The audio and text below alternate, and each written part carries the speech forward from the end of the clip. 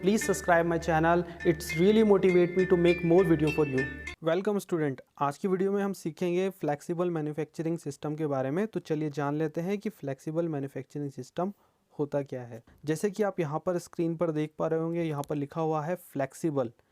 तो वो सिस्टम यानी वो मैन्युफैक्चरिंग सिस्टम जिसके अंदर फ्लेक्सिबिलिटी होती है, यानी अपने आप को चेंज करने की कैपेबिलिटी होती है, उसको हम फ्लेक्सिबल मैन्युफैक्चरिंग सिस्टम कहते हैं। सपोज़ अगर हम किसी चीज़ का प्रोडक्शन कर रहे हैं, कोई मैन्युफैक्चरिंग कर रहे हैं, suppose we are making nut and bolt, तो जो हमारी मशीन्स हैं अगर वो अपने प्रोसेस को, मैन्युफैक्चरिंग प्रोसेस को आने वाले कंपोनेंट के अकॉर्डिंग चेंज कर लें, जो उसकी कॉन्फ़िगरेशन है उसके अकॉर्डिंग अपने मैन्युफैक्चरिंग प्रोसेस को चेंज कर लें ऑटोमेटिकली, तो उस सिस्टम को हम फ्लेक्सिबल मैन्युफैक्चरिंग सिस्टम कहते हैं। तो जैसे कि आप स्क्रीन पर डेफिनेशन देख सकते हैं, flexible manufacturing system is a automated machine cell consisting of a group of processing station.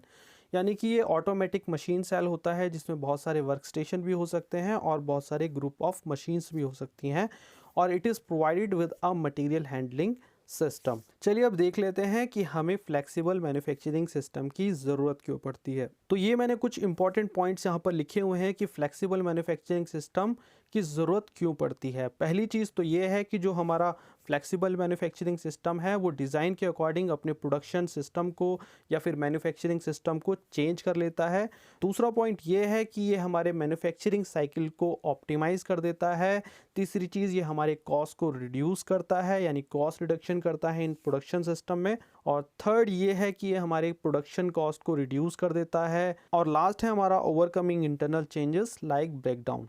चलिए अब बात कर लेते हैं कि वो कौन से पॉइंट हैं जो किसी सिस्टम को फ्लेक्सिबल बनाते हैं। तो जो सबसे पहली चीज़ होती है फ्लेक्सिबल मैन्युफैक्चरिंग सिस्टम की, वो ये होती है कि जो आपका सिस्टम है वो इतना कैपेबल हो कि वो आने वाले कंपोनेंट को आइडेंटिफाई कर सके और उसके अकॉर्डिंग अपने सिस्टम को चेंज कर सके। तो ये सबसे पहली एडवांटेज होनी चाहिए फ्लेक्सिबल मैन्युफैक्चरिंग सिस्टम की। तो दूसरी जो एडवांटेज होती है वो होती है इंस्ट्रक्शन को चेंज करना। जैसे ही किसी कंपोनेंट का पता चलता है कि हाँ ये डिफरेंट प्रोसेस से बनेगा या फिर किसी डिफरेंट मेथड के थ्रू बनेगा, तो जो मशीन्स है वो क्विकली अपने इंस्ट्रक्शन को चेंज कर ले, ताकि जो हमारा आने वाला कंपोनेंट है जिसकी हमें मैन्युफैक्चरिंग करनी है वो उस प्रोसेस के अकॉर्डिंग बन पाए।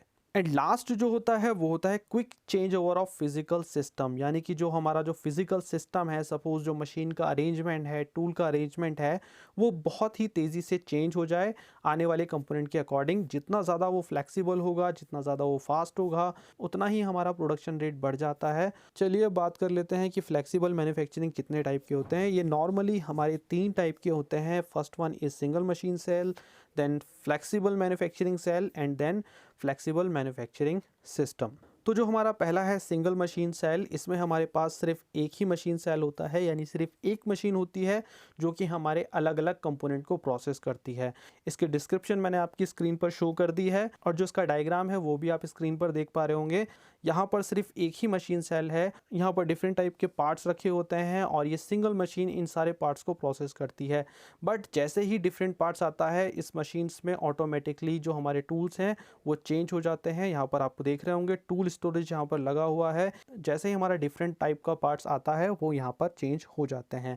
ये ज़्यादा कैपेबिलिटी प्रोवाइड नहीं करता। इस तरीके के फ्लेक्सिबल मैन्युफैक्चरिंग सिस्टम यानी single machine cell flexible manufacturing system similar type of component बनाने के लिए ज़्यादा यूज़ होते हैं। जैसे डिफरेंट टाइप के डायमीटर की अगर हमें रॉड बनानी है, सपोज एक रॉड बनानी है हमें 10 mm डायमीटर की, देन 15 mm डायमीटर की, देन 20 mm डायमीटर की, तो these are symmetrical object. Suppose we are making suppose cylinder, then piston, it is in cylindrical shape. तो अगर हमें इस तरीके के कोई कंपोनेंट बनाने हो जो कि सिमिलर हो डिज़ाइन में, तो वो सारे हम इस मशीन सेल के थ्रू प्रोसेस कर सकते हैं, यानी सिंगल मशीन सेल के थ्रू हम प्रोसेस कर सकते हैं। तो जो हमारा नेक्स्ट है वो है फ्लेक्सिबल मैन्युफैक्चरिंग सेल।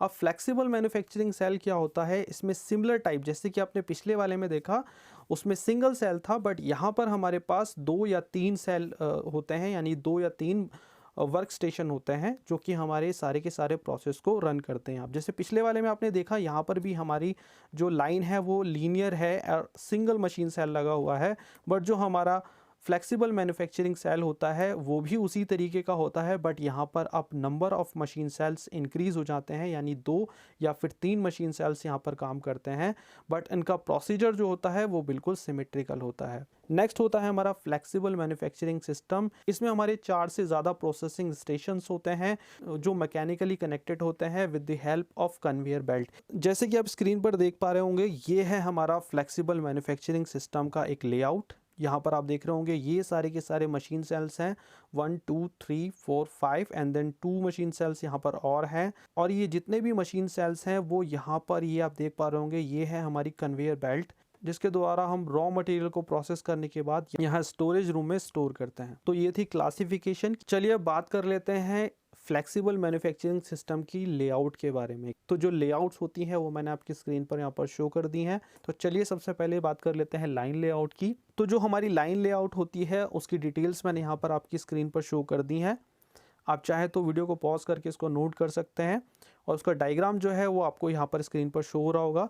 तो जो हमारा लाइन लेआउट होता है उसमें जो हमारा मशीन कंपोनेंट है वो एक मशीन स्टेशन से दूसरे मशीन स्टेशन तक एक सीक्वेंस में फॉलो होता है। यानी कि सपोज ये जो यहाँ पर शो रहे हैं, for example these are the machine process या फिर मशीनिंग प्रोसेस जो कि किसी कंपोनेंट को बनाने के लिए यहाँ पर अरेंज किए गए हैं। फॉर एग्जांपल हमारा यहाँ से कोई मशीन कंपोनेंट एंटर करता है और सबसे पहले उसे ग्राइंडिंग की ज़रूरत होती है, तो यहाँ पर सबसे पहले ग्राइंडिंग मशीन लगी होगी।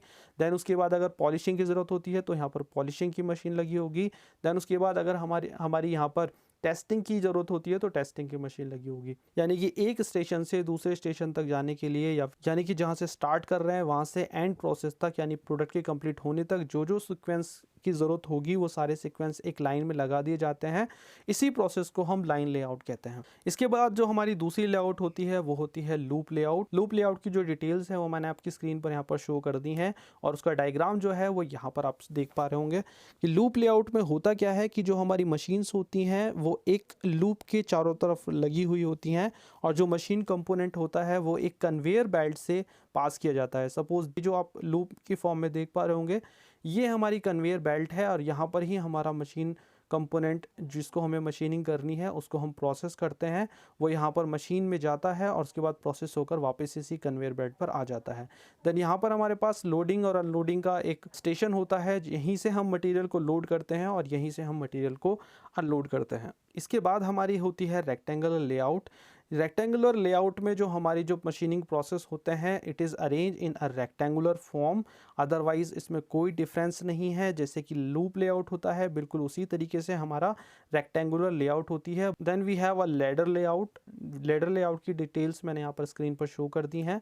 जो डायग्राम है वो आप स्क्रीन पर देख पा रहे हो कि लैडर लेआउट होता किस तरीके का है। It is in the form of ladders. तो यहाँ पर जो है हमारी ये डायरेक्शंस ऑफ फ्लो है, यहाँ से हम मटेरियल को लोड और अनलोड करते हैं। Suppose we load a material, उसके बाद वो यहाँ पर जाता है।